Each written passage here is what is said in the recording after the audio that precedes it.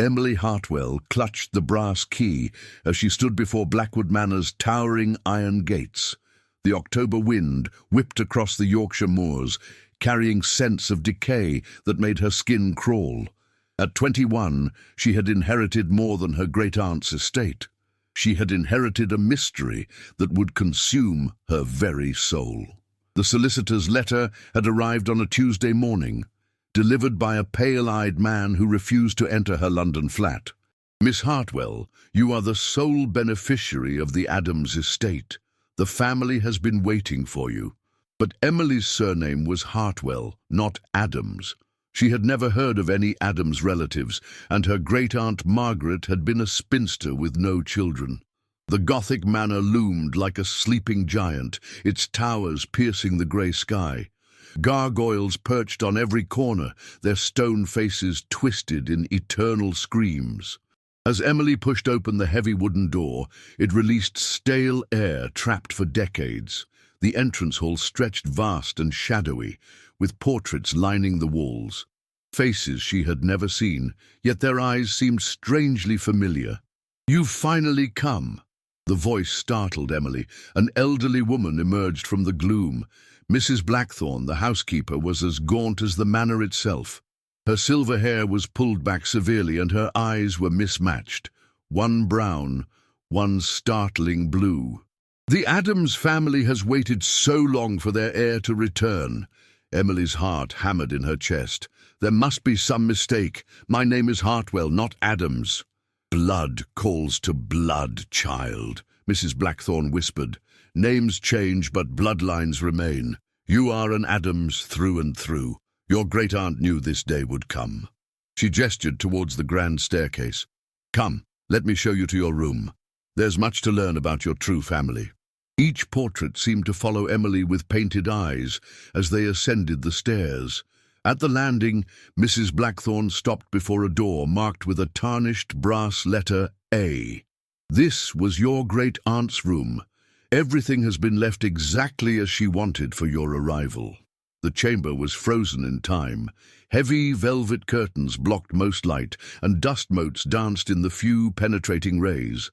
A four-poster bed dominated the room, its dark wood carved with symbols Emily didn't recognize. On the bedside table lay a letter sealed with black wax. Her name was written across it in spidery handwriting. With trembling hands, she broke the seal and unfolded the parchment. "My dear Emily," it began, "if you are reading this, the curse has found you. The Adams family has guarded a terrible secret for 3 centuries, and now that burden falls to you. Trust no one, especially those who claim to help. The shadows have eyes, and they are always watching." That first night brought Emily no peace. She tossed restlessly in the massive bed, haunted by dreams of faceless figures calling her name. When dawn crept through the heavy curtains, she felt drawn to explore the manor's countless rooms. The portrait gallery on the second floor proved most unsettling of all. Dozens of paintings lined the walls, each depicting Adams family members from centuries past. What struck Emily most was their uncanny similarity. The same dark hair, the same sharp cheekbones, the same unsettling green eyes that seemed to track her every movement. At the gallery's far end hung a portrait that made her blood freeze completely. A young woman, who could have been Emily's identical twin, dressed in Victorian garb. The nameplate beneath read, "Adelaide Adams, 1847-1847. She died on her 22nd birthday," came Mrs. Blackthorne's voice from behind her, making Emily jump. "Just like all Adams women before and after her. It's the family curse, you see. None of them lived to see their 23rd year." Emily's mouth went completely dry. She would turn 22 in just 3 weeks' time. "Curses aren't real. They're nothing but superstition and old wives' tales." The housekeeper's laugh rustled like dried autumn leaves in the wind. "Then explain why every Adams woman for 3 centuries has died before reaching 23. Why you look exactly like Adelaide, and she looked exactly like Catherine before her. And she looked exactly like the first Emily Adams who brought this terrible curse upon the family bloodline." The first Emily. The words barely escaped Emily's throat. Oh yes, dear child, you're not the first Emily in the family line. You're the seventh, each one identical to the last, each one dying when the curse comes to claim them. Mrs. Blackthorne moved closer, her mismatched eyes gleaming in the dim light. Would you like to know how it all began? How the very first Emily Adams sealed the fate of every woman in her bloodline? Despite every instinct screaming at her to flee this terrible place, Emily found herself rooted to the spot. Perhaps it was morbid curiosity, or perhaps the growing certainty that running wouldn't save her from whatever was coming. Tell me everything. Mrs. Blackthorne's voice took on the cadence of someone reciting a well-worn tale. It was the year 1724. The first Emily Adams was the most beautiful woman in all of Yorkshire, but she was also the most cruel and heartless. She had a lover, a young man named Thomas Whitmore, but when a wealthier suitor came calling with promises of fortune, she cast Thomas aside without a second thought. The old woman paused, studying Emily's face with careful attention. Thomas begged her to reconsider, pleaded with her to remember their love. But Emily laughed in his face and told him he was nothing to her. Less than nothing.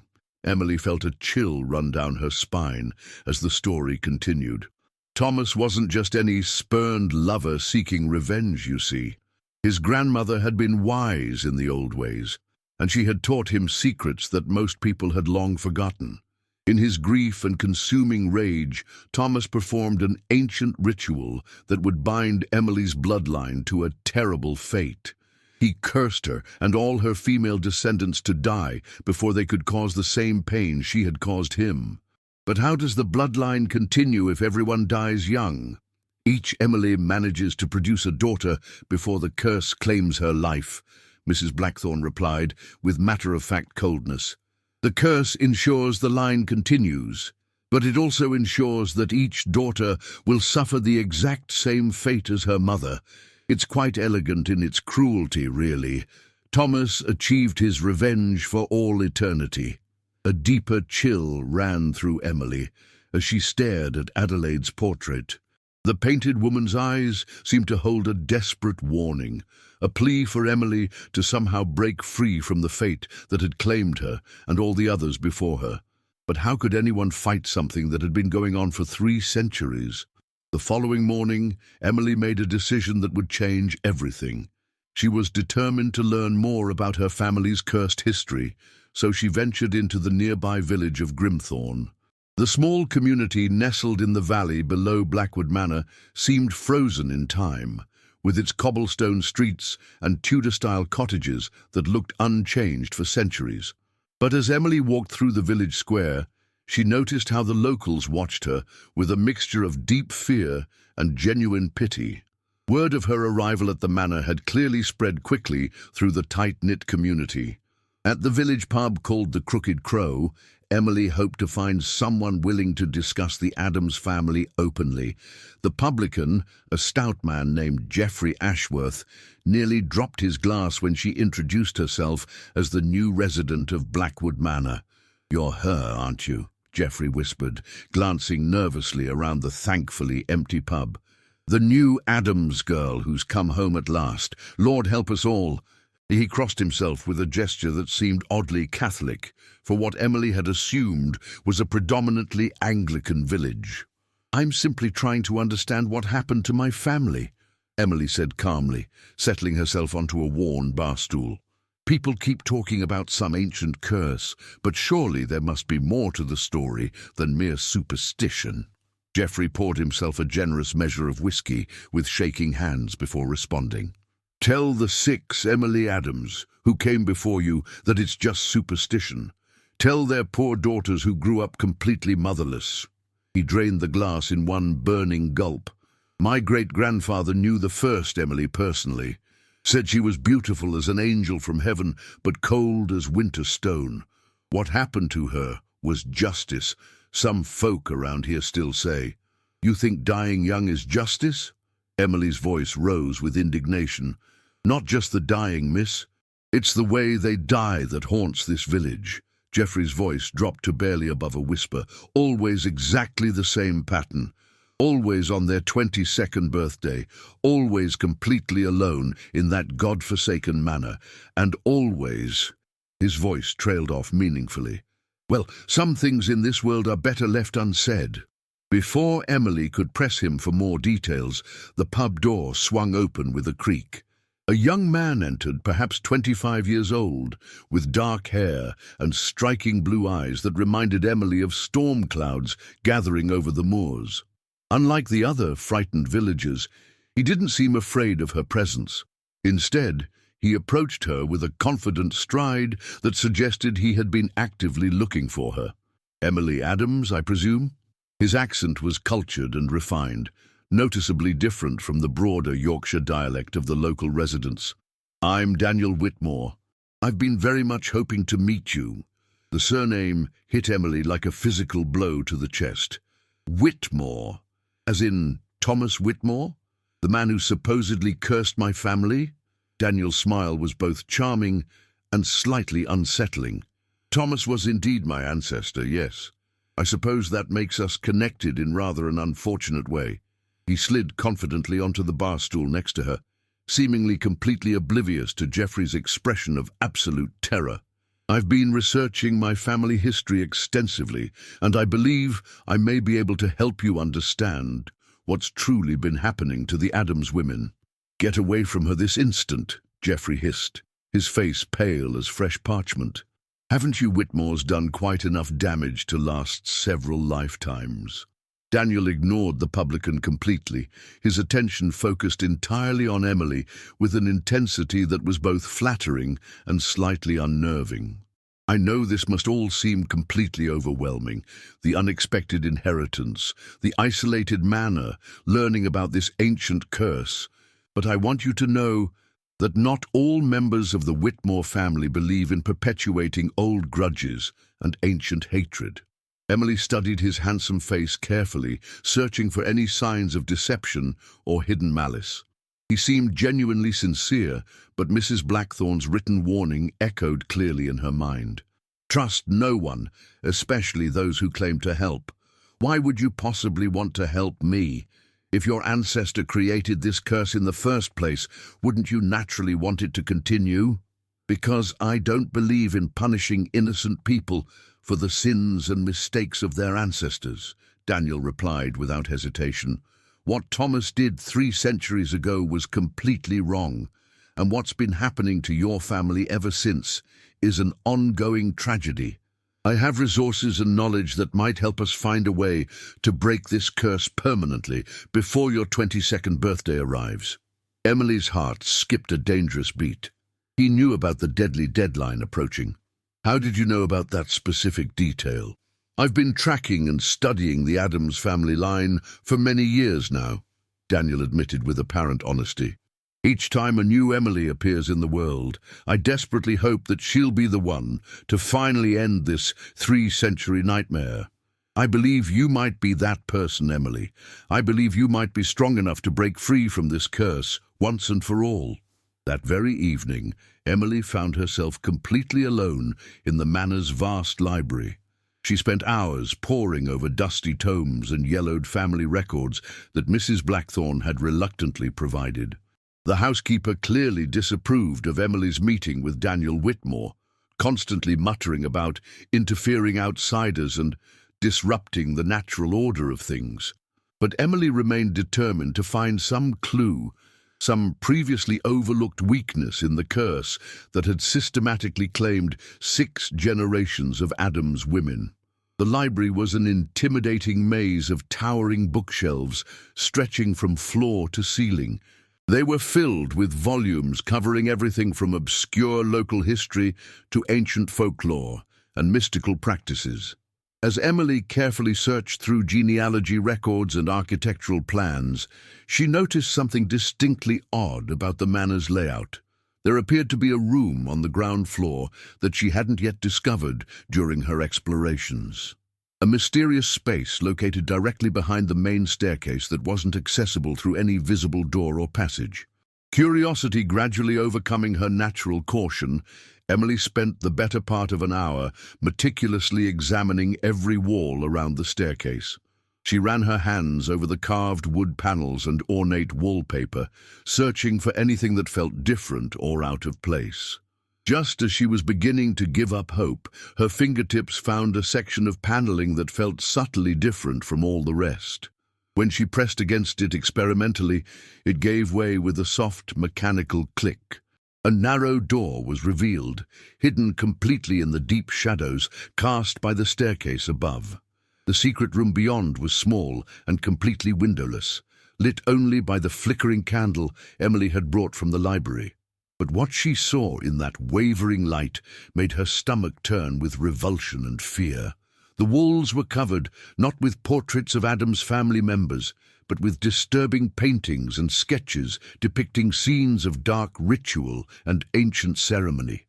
Robed figures gathered around primitive stone circles, mystical symbols carved deep into the bark of ancient trees, disturbing images of sacrifice and blood magic that made Emily feel physically sick to look upon. At the very center of this nightmarish room stood a small altar, made of black stone. Its surface was heavily stained with something Emily desperately preferred not to identify. Arranged carefully around this altar were personal belongings that she somehow instinctively knew had belonged to the previous Emily Adams, who had died in this very manor just 5 short years ago. A delicate silver locket, a diary bound in soft leather, a beautiful wedding dress that had clearly never been worn by its intended bride. Each item seemed to pulse with some dark energy that made the air in the small room feel thick and oppressive, almost difficult to breathe. Emily approached the leather diary with hands that trembled uncontrollably. The cover was soft with age, and when she carefully opened it, she found herself reading the private thoughts and fears of Emily Adams VI, the woman who had inherited this curse before her and ultimately died because of it. The early entries described a normal life in London and the initial excitement about inheriting the grand Blackwood Manor.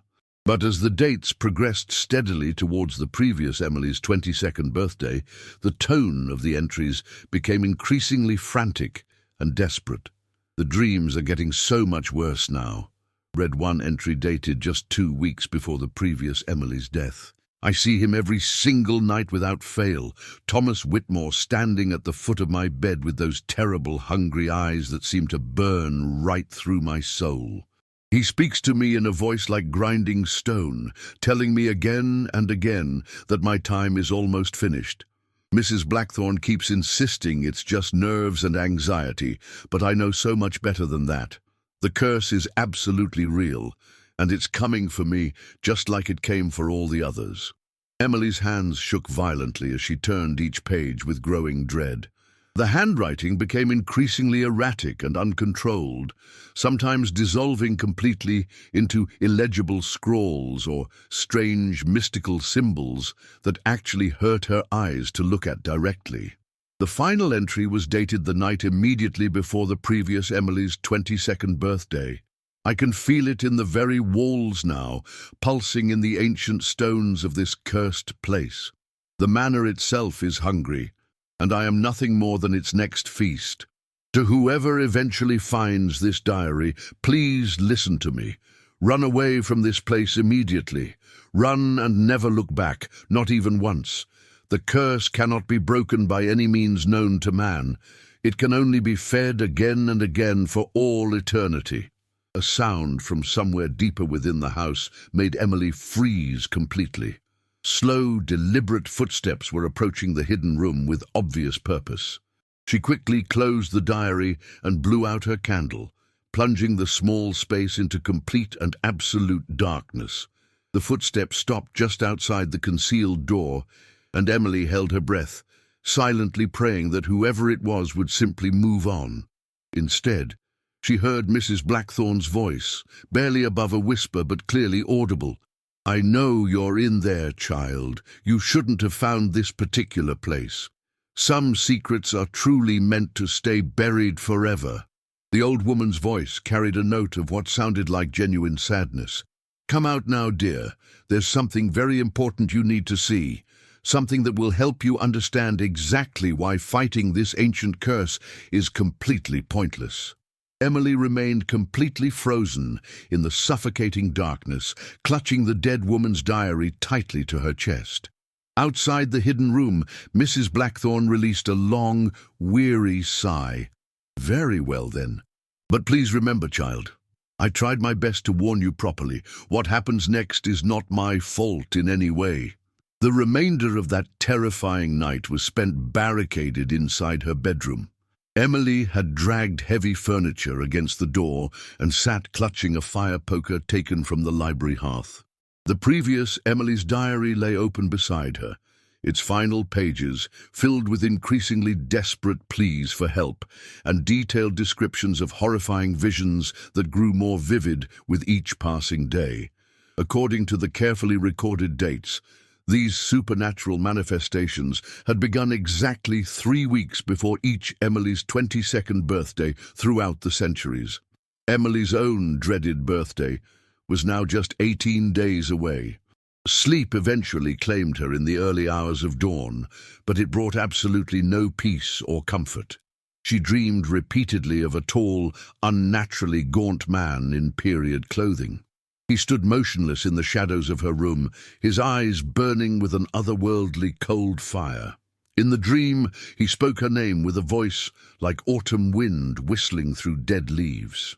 When she tried desperately to run, she found herself trapped in an endless corridor, lined with portraits of every Emily who had come before her. She woke to find her room exactly as she had left it the night before. Furniture still barricaded against the door, fire poker still clutched in her white-knuckled grip, but something had definitely changed during the dark hours of night. On her bedside table, exactly where the previous Emily's diary had been, now sat a single black rose that absolutely had not been there before. Its petals were so unnaturally dark, they seemed to absorb light itself. When Emily reached out tentatively to touch one delicate petal, it crumbled instantly to ash between her trembling fingers. A soft, almost gentle knock at her door made her heart race with terror. "Miss Emily?" Mrs. Blackthorne's voice was unusually gentle and concerned. "You have a visitor waiting downstairs. That young Whitmore man has come to see you."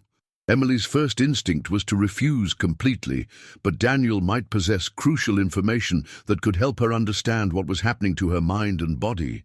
She carefully moved the heavy furniture away from the door and opened it to find Mrs. Blackthorne waiting patiently in the hallway. Her mismatched eyes were filled with something that looked disturbingly like pity. "He's waiting in the morning room, dear," the housekeeper said softly. "I've brought tea for both of you, though I rather doubt either of you will have much appetite for it." She paused meaningfully, studying Emily's obviously haggard appearance with growing concern. "The supernatural manifestations have begun in earnest, haven't they?" Emily nodded reluctantly, unable to find her voice for several moments. "Last night was the first time. I found that hidden room behind the staircase, and then afterwards—" "You found the shrine," Mrs. Blackthorne interrupted with obvious disapproval. "I specifically told you there were certain things in this house that were much better left completely undisturbed. Now you've awakened something that was perfectly content to wait patiently until your birthday arrived naturally. The curse will be much more active now, much more eager and hungry to claim you as its next victim." In the bright morning room, Daniel was pacing restlessly by the tall windows that overlooked the endless grey moors. He turned immediately when Emily entered, and she could see that his handsome face was drawn with genuine worry and concern. "You look absolutely terrible," he said without any preamble. "What happened to you last night?" Emily described in detail her discovery of the hidden shrine and the mysterious black rose that had appeared overnight in her room. Daniel listened with growing alarm and obvious concern, occasionally asking for clarification about specific details that seemed particularly important to him. When she finally finished her account, he remained quiet for a long moment, staring out at the grey landscape that stretched endlessly beyond the windows. "This is so much worse than I initially thought it would be," he finally said with obvious dread. "The supernatural manifestations aren't supposed to begin for another 2 full weeks, according to all the historical patterns. Something has definitely accelerated the timeline dramatically. He turned to face her directly, his intense blue eyes boring into hers. "Emily, I desperately need you to trust me completely. I've been researching this particular curse for many years, and I genuinely believe I've found a way to break it permanently. But we absolutely must act quickly, before the vengeful spirit of Thomas Whitmore becomes far too strong for us to resist." "What exactly do you mean when you say resist?" Emily asked, though a growing part of her already suspected the terrifying answer. "The ancient curse doesn't simply kill the Adams women outright," Daniel explained with grim seriousness. "It possesses them completely first. For the final week leading up to their 22nd birthday, they become nothing more than vessels for Thomas's vengeful spirit. He lives through them, experiences the world through their senses, and then ultimately destroys them from within when he's finished with them." Emily sank heavily into the nearest chair, completely overwhelmed by the horrifying implications. "So I'm not just going to die when my birthday comes. I'm going to lose myself entirely first. I'll become someone else, something else, completely." "Not if we can prevent it from happening," Daniel said with firm determination. "There's an ancient ritual, a powerful counter-curse that can permanently sever the mystical connection between Thomas's spirit and your family's bloodline. But it absolutely must be performed at the precise moment of your 22nd birthday, at the exact time and place where the original curse was first cast 3 centuries ago." Where exactly was the original curse cast?" Daniel's expression darkened considerably. "In that hidden shrine you discovered last night behind the staircase. That particular room has been the focal point and center of this curse for 3 full centuries. Every single Emily who has died in this manner has died in that exact room, at the precise stroke of midnight on their 22nd birthday." So Emily felt as though the walls of the room were slowly closing in around her, crushing her from all sides. 18 days remained to find a way to break a curse that was 300 years old.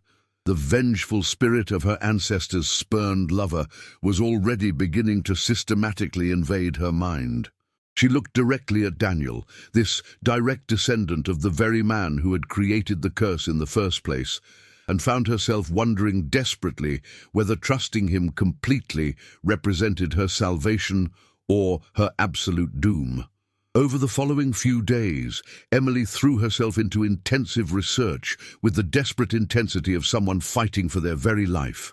Daniel had brought several boxes of documents from his own extensive family archives, including personal letters, ancient ritual texts, and detailed genealogical records that painted a much fuller and more complex picture of the original curse and its lasting effects.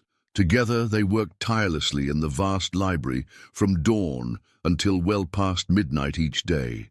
They were surrounded constantly by towering stacks of books and scattered papers that chronicled 3 full centuries of tragedy and supernatural horror. What they gradually discovered proved to be far more complex and disturbing than either of them had initially understood or anticipated. Thomas Whitmore hadn't simply been an ordinary jilted lover seeking straightforward revenge against the woman who had rejected him so cruelly. He had been a dedicated practitioner of what the oldest texts referred to as blood magic. This was a particularly dark and dangerous art that bound vengeful spirits directly to family bloodlines through shared essence and mystical connection. The elaborate ritual he had performed hadn't just cursed the first Emily Adams in a general sense. It had literally and permanently tied his own tormented soul to hers and to every female descendant who would follow her through the centuries. "Look at this particular passage very carefully," Daniel said during their 4th intensive day of research, pointing to a section in an ancient grimoire bound in what looked like human skin. "It says here quite clearly that blood magic creates a completely permanent connection between the original caster and their intended target. Thomas didn't just curse your ancestor out of spite and anger. He bound his own immortal spirit to hers for all eternity. Every single Emily who has lived and died since then has carried a piece of his tormented soul within her own body. Emily shuddered visibly as she read over the disturbing text with growing horror. The implications were almost too terrifying to fully comprehend. You mean he's been conscious and aware all this time, for 3 full centuries? In a very real sense, yes. Trapped somewhere between life and death, sustained entirely by the life force of each Emily in turn. Daniel's voice was grim with the weight of this revelation. It explains perfectly why the supernatural manifestations grow progressively stronger as each birthday approaches. He's not just a vengeful spirit seeking revenge. He's essentially a parasite, feeding continuously on the Adam's bloodline to maintain his own unnatural existence between worlds. Their extensive research also revealed exactly why this particular curse had proven so incredibly difficult to break throughout the centuries. Traditional exorcisms and protective rituals were completely useless against blood magic because the mystical connection was literally written into Emily's genetic code. Every single cell in her body carried the supernatural link to Thomas Whitmore's spirit, making her a willing host whether she wanted to be or not. But there was hope to be found, albeit dangerous hope that carried its own terrible risks. They discovered references to an ancient ritual called the severance of souls. Indeed, according to the oldest texts, this ritual could permanently break the mystical connection between spirits bound together by blood magic. However, it required 3 very specific elements that would be extremely difficult to obtain and coordinate. First, the voluntary participation of representatives from both bloodlines involved in the original curse. Second, a physical object that had been touched by both the original caster and their target. And most importantly, the ritual absolutely had to be performed at the precise moment when the curse would normally claim its next victim. "We definitely have the voluntary participation covered," Daniel said, systematically checking items off a list they had compiled together. "I'm here willingly and eager to help, and you certainly want to break this curse permanently. We also have this crucial item." He held up a tarnished silver locket that Emily immediately recognized from the hidden shrine. "According to my family's most detailed records, Thomas gave this particular locket to the first Emily as a token of his deep affection before she rejected him so completely. She was wearing it on the very night he cast the original curse."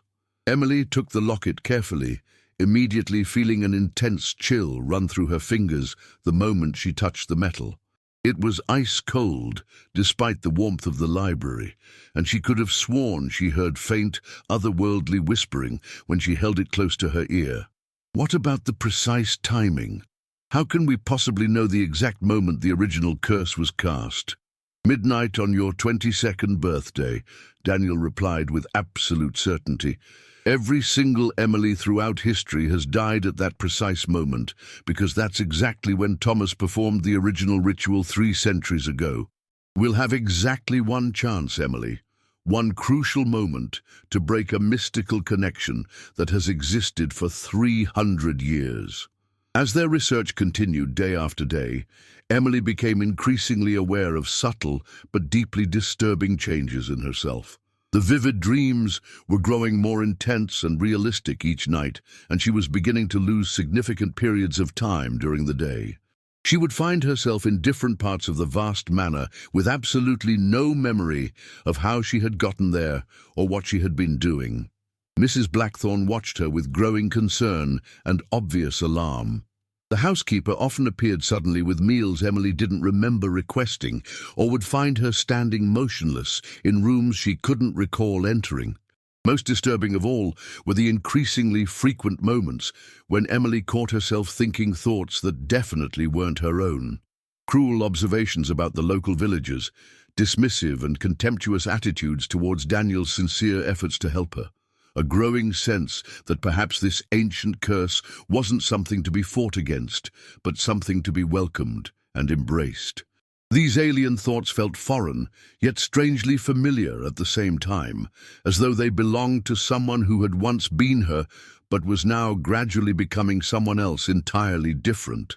With only 10 days remaining until her dreaded 22nd birthday, Emily could no longer deny the terrifying reality that she was losing the battle for control of her own mind.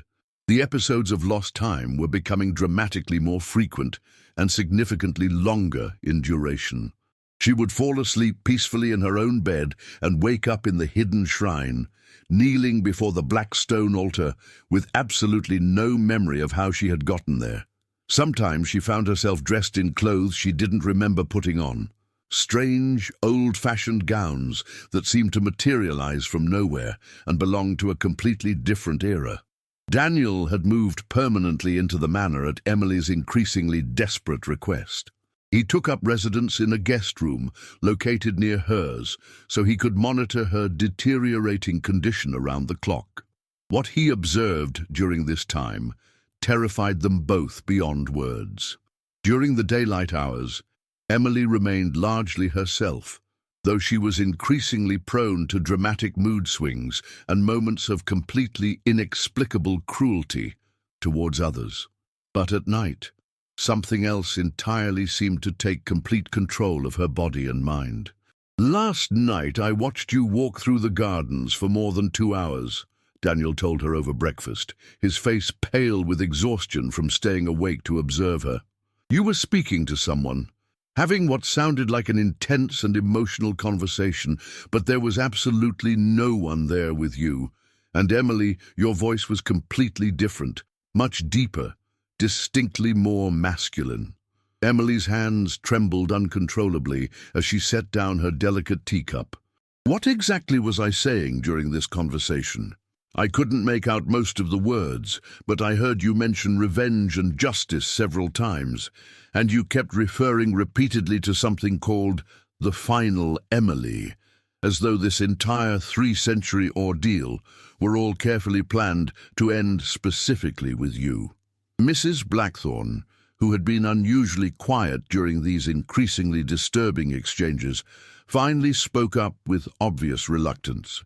"It is indeed planned to end with her," the housekeeper said grimly. "I have served this family faithfully for 40 years, and I have seen this exact pattern repeat itself again and again.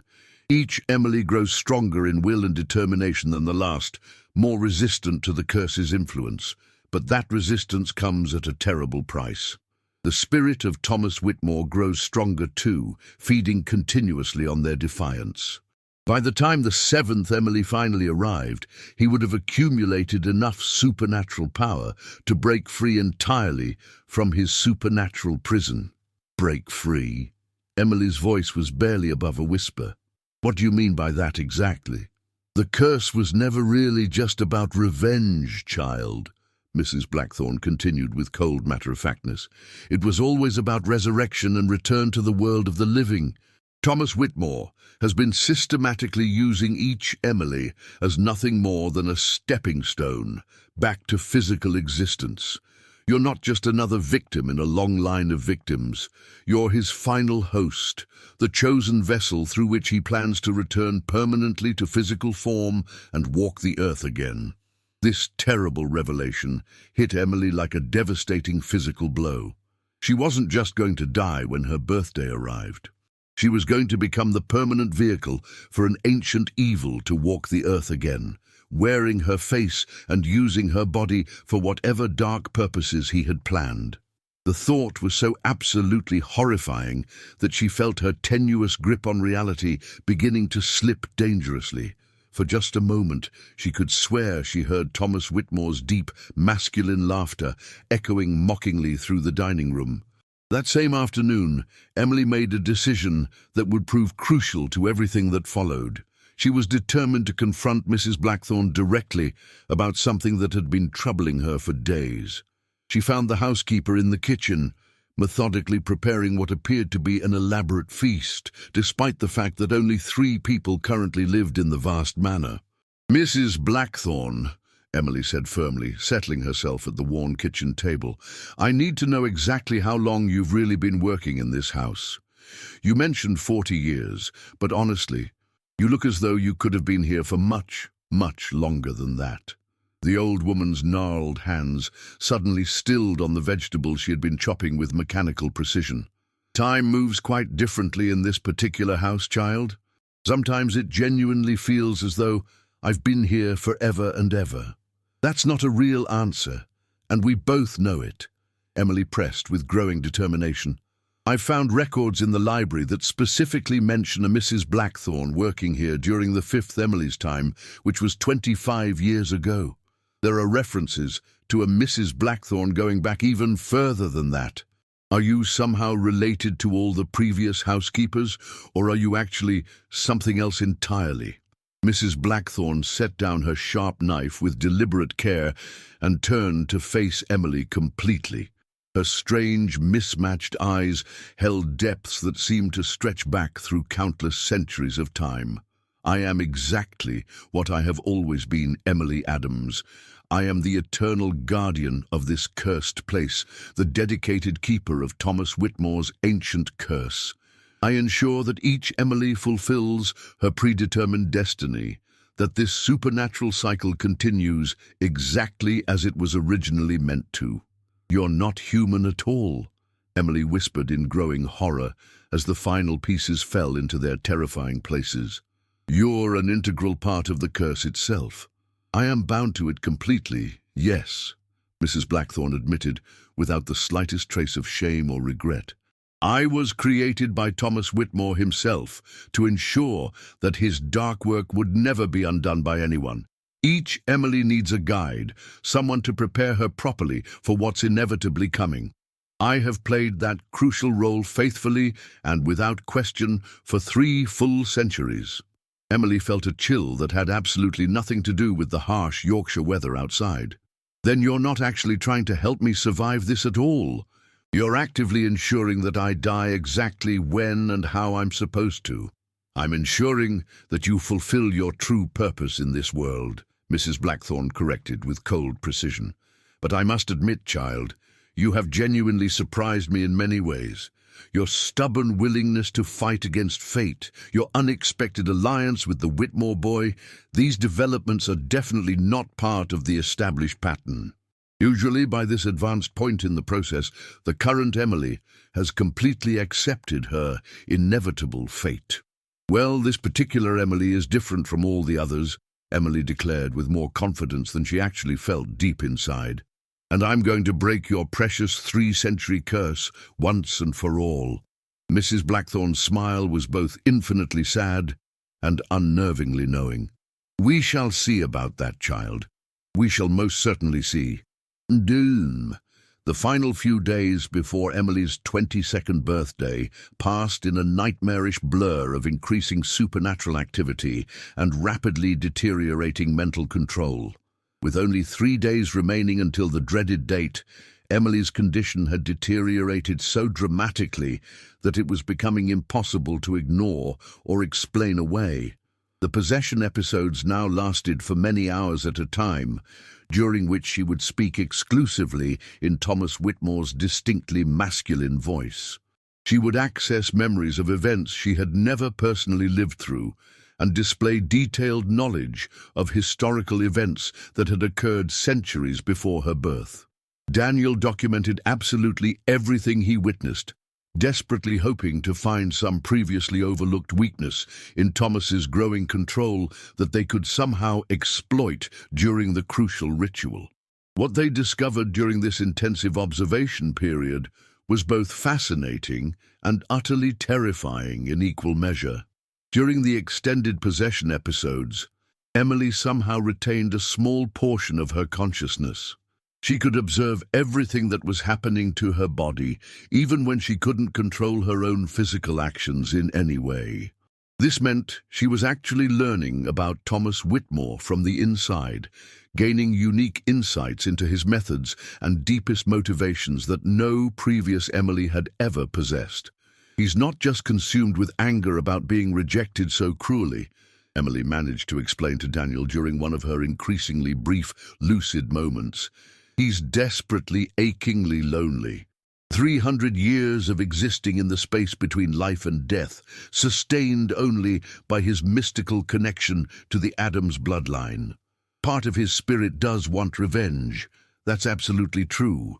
But another part of him simply wants to live again, to feel genuinely human again, after centuries of supernatural isolation. That emotional vulnerability might be exactly the way we can reach him during the ritual, Daniel said hopefully, making careful notes in the detailed journal he had been keeping throughout this ordeal. If we can somehow appeal to whatever humanity still remains within him, make him truly understand the terrible cost of what he's doing to innocent people. I don't think he cares about the cost to others anymore, Emily interrupted with growing despair. When he's in complete control of my body and mind, I can feel his thoughts as though they were my own. He's made his peace with being a monster, Daniel. He's convinced himself that it's completely justified because of what the first Emily did to him all those centuries ago. Their increasingly desperate conversation was abruptly interrupted by Mrs. Blackthorne's arrival in the library. The housekeeper looked noticeably different somehow, younger and more vibrant than before, as though she were actually drawing supernatural energy from Emily's rapidly deteriorating condition. "Time for your rest, dear child," Mrs. Blackthorne said in a tone that absolutely brooked no argument whatsoever. "You'll need to conserve every bit of strength you have left for tomorrow's very special preparations."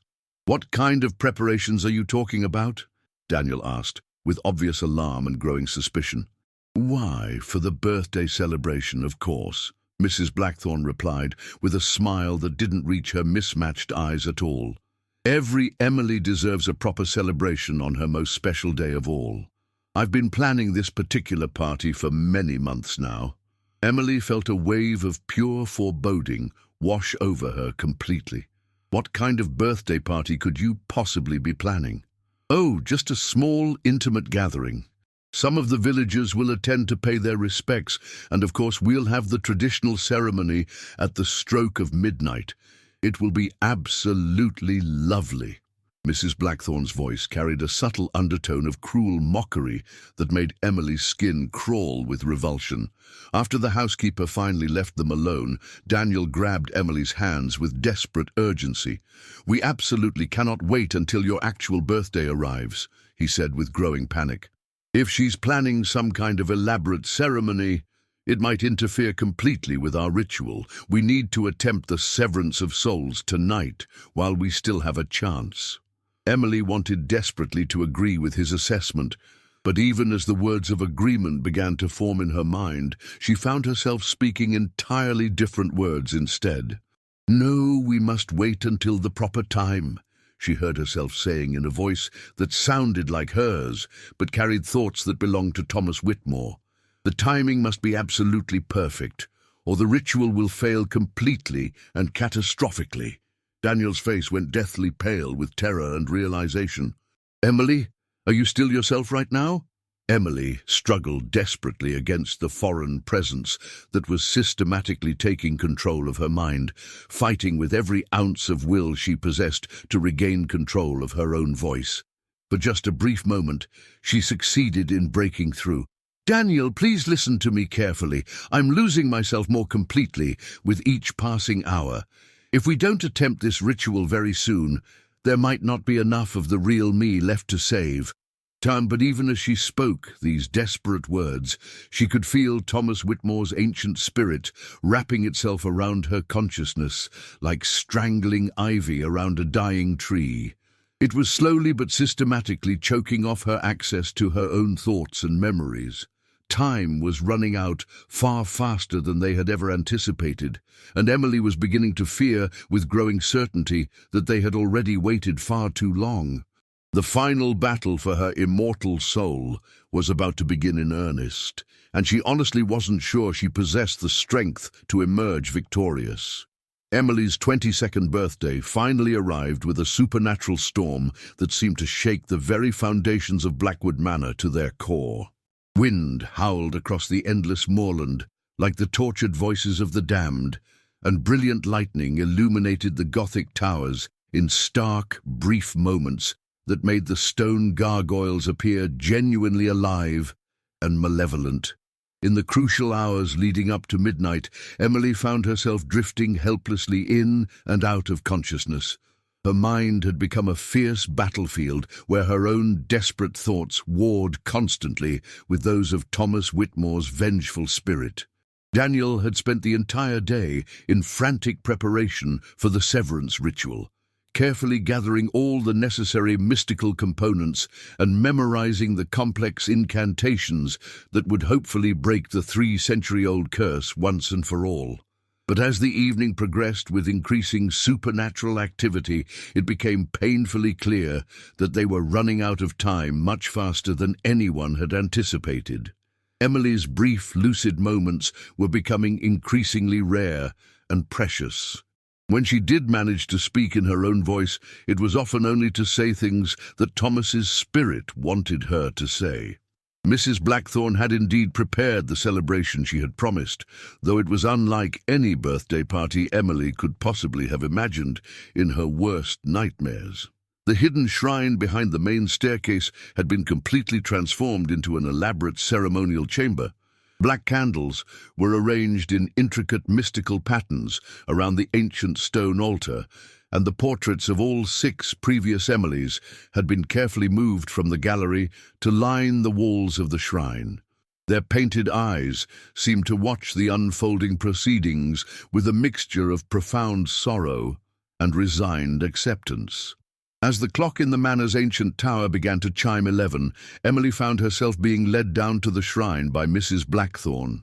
She had absolutely no memory of agreeing to go, and her body moved completely without her conscious direction. She was dressed in an elaborate white gown that she didn't recognize but somehow instinctively knew had belonged to the very first Emily Adams 3 centuries ago. Daniel followed desperately behind them, clutching the crucial ritual components and pleading with Emily to somehow fight back against Thomas's increasingly complete control. "Emily, please listen to my voice," Daniel called urgently as they descended the narrow stairs to the shrine. "You're still in there somewhere. I know you are. Please don't let him win this final battle." But when Emily slowly turned to face him directly, her eyes held a coldness that was unmistakably centuries old. "She cannot hear you anymore, foolish boy," she said in a voice that was completely masculine despite coming from her delicate throat.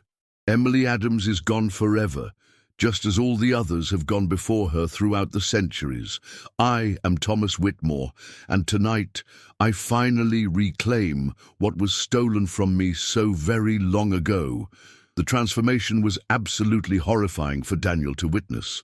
Emily's naturally graceful movements became sharp and predatory, her gentle expression twisted into something cruel and calculating. She moved to the black stone altar with obvious purpose, running her fingers lovingly over the stained surface as though greeting a dear old friend. 300 years I have waited patiently for this moment," Thomas declared through Emily's stolen voice. 3 full centuries of existing in the terrible spaces between life and death, sustained only by the life force of these foolish women. But tonight, with this final and perfect vessel, I become whole again. I become truly alive again. Daniel began the severance ritual anyway, speaking the ancient words that were supposed to permanently break the mystical connection between the 2 cursed bloodlines.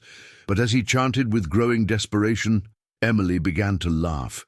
It was a sound that was completely wrong, coming from her throat, deep and masculine and filled with malicious joy. "Do you honestly think your pathetic little ceremony can undo what I have built over 3 centuries? Thomas taunted through Emily's lips with obvious contempt. "This curse is written in blood and bone, boy. It cannot be simply wished away with pretty words and foolish good intentions." But Daniel continued the ritual with unwavering determination, his voice growing stronger and more confident as he reached the most crucial passages. The ancient silver locket that had belonged to both Thomas and the first Emily began to glow with an intense, otherworldly light. For just a moment, Emily's own voice managed to break through the supernatural possession. "Daniel! Now!" she cried desperately. "While he's distracted by the ritual, I can feel him pulling back slightly." What happened in the next few moments would be debated and analyzed for years to come by those who study such supernatural phenomena. Some would say it was the pure power of love finally overcoming ancient hatred. Others would claim it was simply Emily's extraordinary will refusing to be completely dominated.